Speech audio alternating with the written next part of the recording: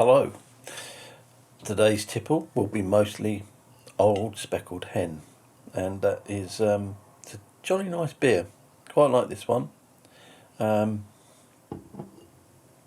very good indeed. Recommended. I've actually got some London Pride downstairs. I quite like that. I had a beer from oh gosh, it was an alcohol-free beer from somewhere in London, and it was awful. Just bloody awful stuff.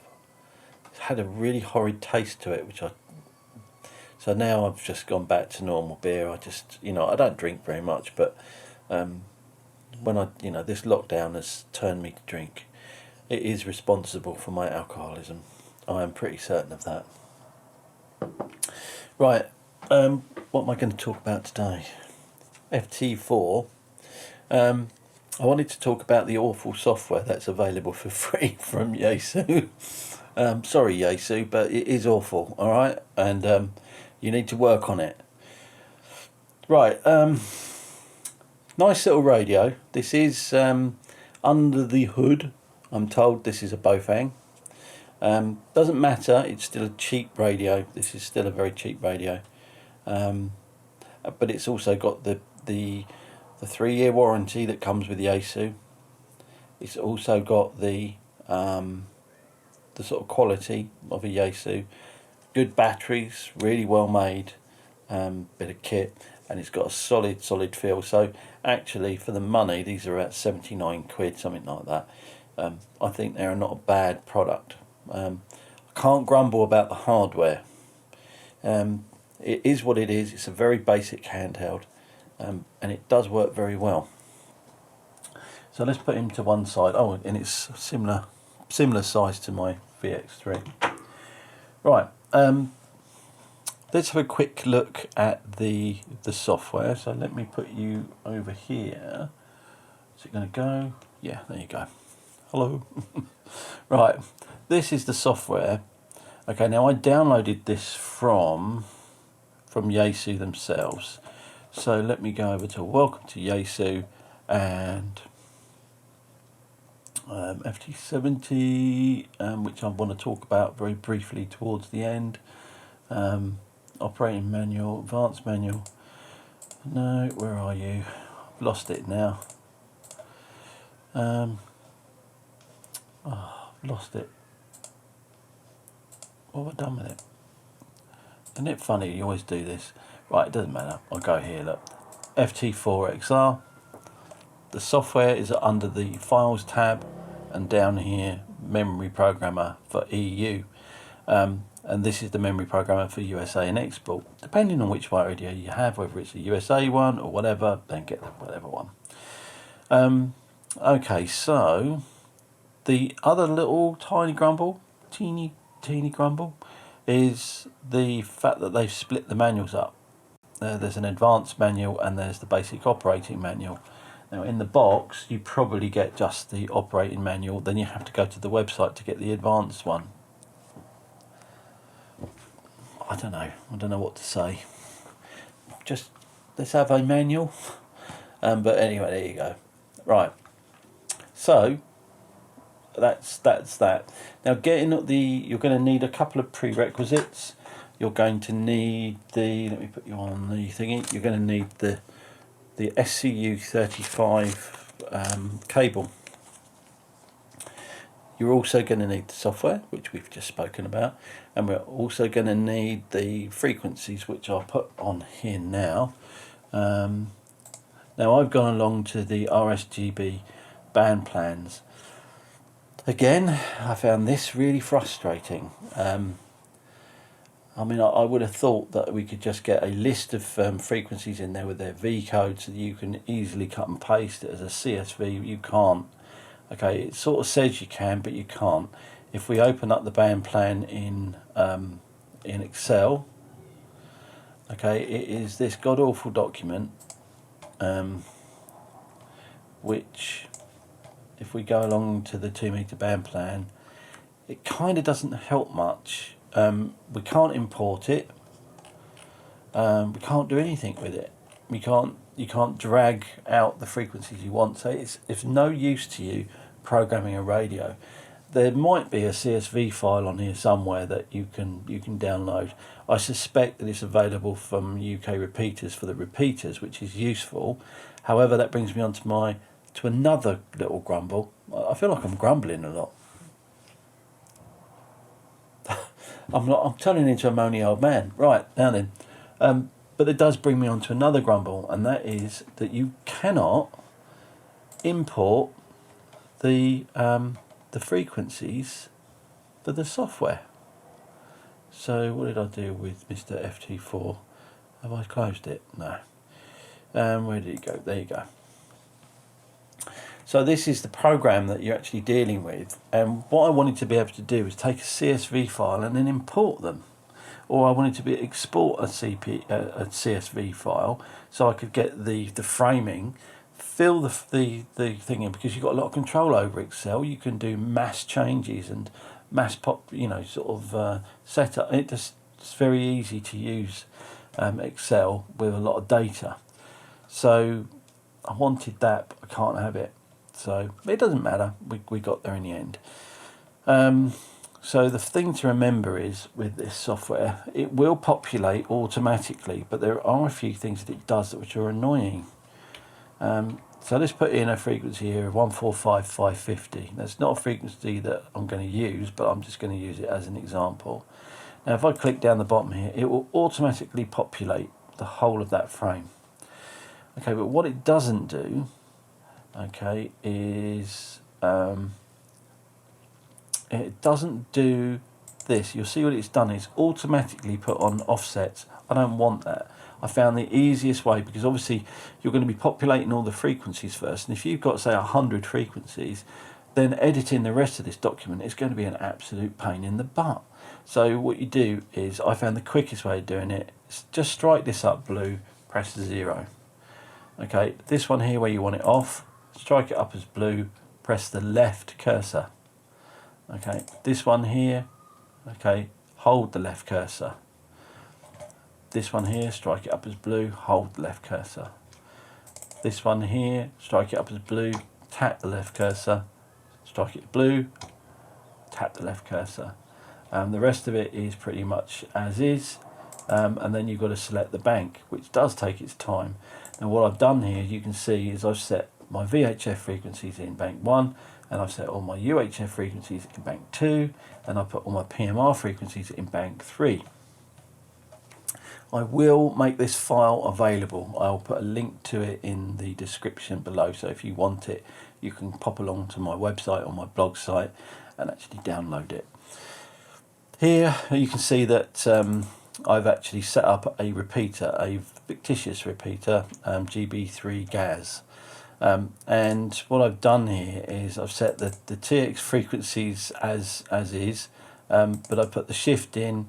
I've told it that that the auto offset is off, because in the UK we've got about 3 different offsets, and you might want to set it for 1.6. It might be set for, I think for one of them is even 9.6. So there are a couple. I think there's one more as well that we use, 7 something I think it is.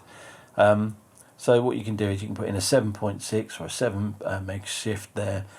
Say it's plus. You can put the tone in. You can selection of tones. Again, this one as well. You've got a selection of tones. Get those in there. Leave those. Set those to off. Name the repeater that you want. Set the power to high, low, medium, whatever you want.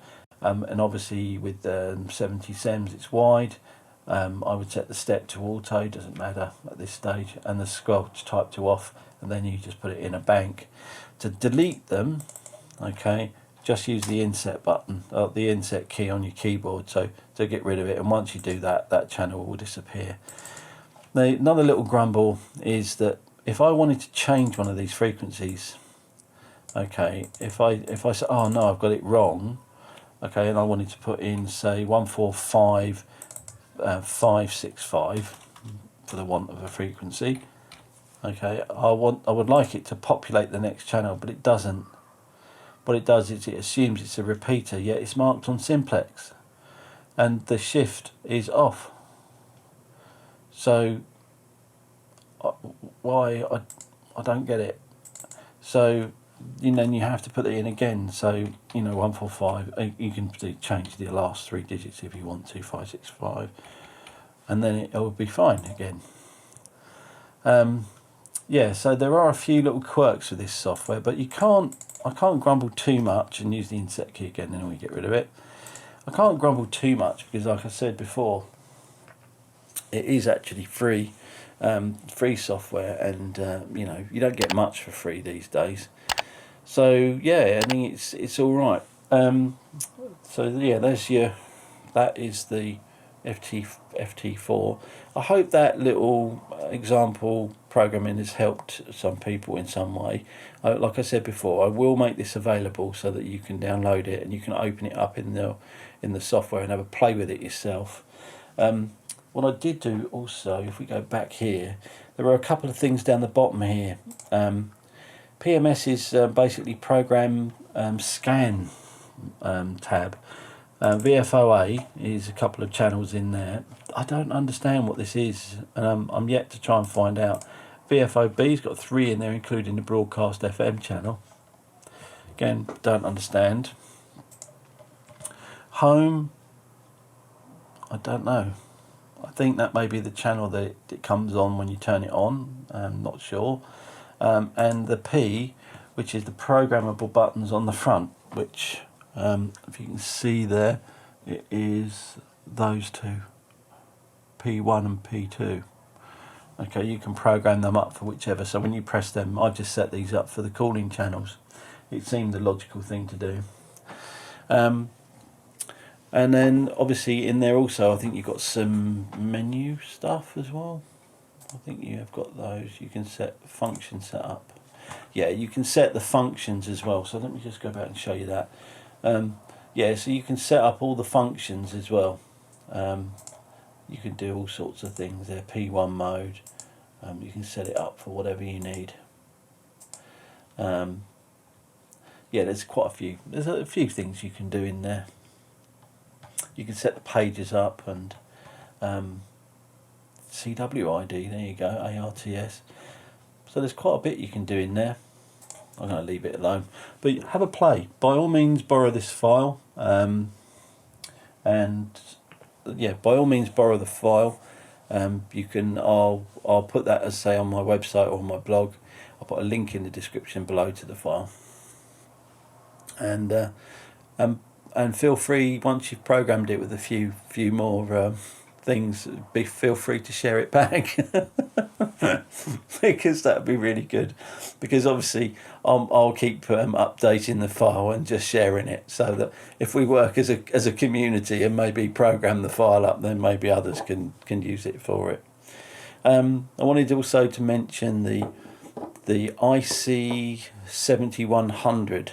There are a couple of radios at the moment which I think are a bit unsung heroes in radios, and I think the IC 7100 is one of them. It gives you HF 4 meters, D-Star, and UHF and VHF. That's a hell of a radio for under £1,000 now. I made a mistake. I totally agree. I totally admit that I made a mistake. I actually sold my IC 7100. I wish I hadn't. Such a good radio. In the early ones, they were supposedly, they had a few issues with the SSB power, but I never had that issue, not that I noticed anyway. And yeah, I think it's a much of a muchness. They are jolly good radios for the money. Very flexible radios. They can be modified to make sure that you get a lot of bands in them, unlike the newer radios which seem to be locked down tighter than a drum. So yeah, very, very good radio. So if one comes up, or if you're in the market at the moment to buy one, then I would look at one of those. The other thing is as well, don't forget, these might be based on a Bofang, these little FT, the cheap range of Yaesu, but they do have a 3-year warranty. Not sure if I said that right at the very beginning. So you're getting quite a lot for your 79 quid. I've got an IC 9700 downstairs. I'm beginning to love that radio. That's another one that's very good. However, that is very tied up. It's not got. huge range of frequencies on that. No wide range receive or anything like that. But it's a jolly good radio. I keep hearing this thing about drift and everything, but I've not come across this drift thing. I wonder whether or not this has been at least sort of sorted.